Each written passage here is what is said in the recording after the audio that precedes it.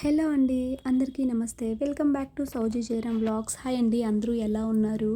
ఈరోజు వీడియో ఏంటో ఆల్రెడీ థంబ్‌నెయిల్‌లో చూశారు కదండీ. సో, ఈరోజు చాలా పవిత్రమైన రోజు, అలాగే చాలా స్పెషల్ డే అండి.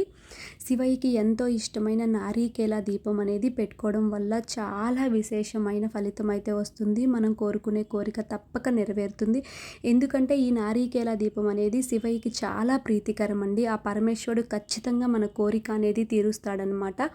ఈ నారికేల దీపం పెట్టుకొని ఎలాంటి కల్మషం లేకుండా మనం ఎలాంటి కోరిక కోరినా ఆ పార్వతీ పరమేశ్వరులు మన కోరిక అయితే తీరుస్తారు. సో, ఈరోజు అయిపోతుంది కదా, మరి తెలియని వాళ్ళు ఎలా అని మీకు డౌట్ రావచ్చు. సో, ఈరోజు అయిపోయినా కానీ ఈ దీపం అనేది శివయ్యకి చాలా ఇష్టం అండి. ఇది మీరు ఎప్పుడైనా సోమవారం రోజు శివాలయంలో పెట్టొచ్చు, అలాగే ఇంట్లో మీ పూజ గదిలో కూడా పెట్టుకోవచ్చు. నేను దీని గురించి ఆల్రెడీ మన ఛానల్లో ఒక 2 వీడియోస్ అయితే అప్లోడ్ చేసే ఉన్నానండి. అక్కడ ఎలా దీపం అనేది ఎలా పెట్టాలి అనే దానితో పాటు నారికేల దీపం ఆ పూజా విధానం కూడా నేను అప్లోడ్ చేశానండి. కార్తీక మాసంలో కూడా ఈ దీపాన్ని ఎక్కువగా నేను పెడుతూ ఉంటాను. సో, ఫుల్ వీడియో అయితే నేను అప్లోడ్ చేశాను. ఇది మీకు దీపం ఎలా ప్రాసెస్ అనేది నేను దీంట్లో చూపిస్తున్నాను. పూజ అయితే నేను ఎక్కువ చూపించలేదండి, వీడియో లెంతీ అయిపోతుంది కాబట్టి.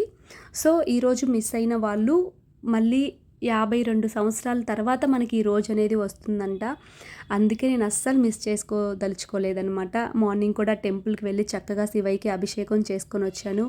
ఇంట్లో పూజ చేసుకున్నాను. ఈవినింగ్ ప్రదోష కాలంలో నేను ఈ దీపం అయితే ఇంట్లో పెట్టుకుంటున్నానండి. సో, ఇలా ఒక ప్లేట్ తీసుకొని దానికి పసుపు, కుంకుమ, గంధం బొట్లు అన్నీ పెట్టేసుకున్న తర్వాత ఒక 3 గుప్పెళ్ళు బియ్యం పోసేసుకొని దాని మీద తమలపాకులు పెట్టుకొని బిల్వం అయినా పెట్టుకోవచ్చు. అలాగే మనం ఒక కొబ్బరికాయ కొట్టేసుకొని దాన్ని కన్ను ఉంటుంది కదా, దాంట్లో ఆ నూనె అనేది మనం నువ్వుల నూనె పోసుకొని నిండుగా 3 ఒత్తులు విడివిడిగా వేసుకోవాలండి.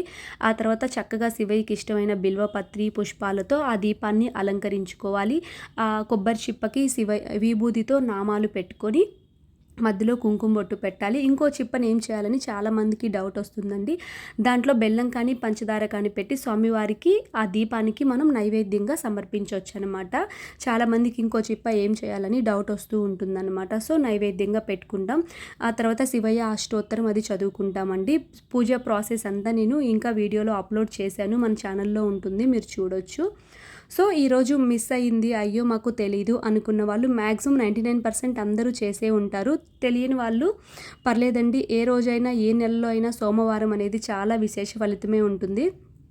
ఒక్కొక్క రోజు మాస శివరాత్రి రోజు కూడా వస్తుంది కదా, అలాంటప్పుడు కూడా మీరు ఈ దీపాన్ని అనేది పెట్టుకోవచ్చు ఇంట్లో. అలాగే శివాలయంలో చాలా విశేష ఫలితం ఉంటుంది.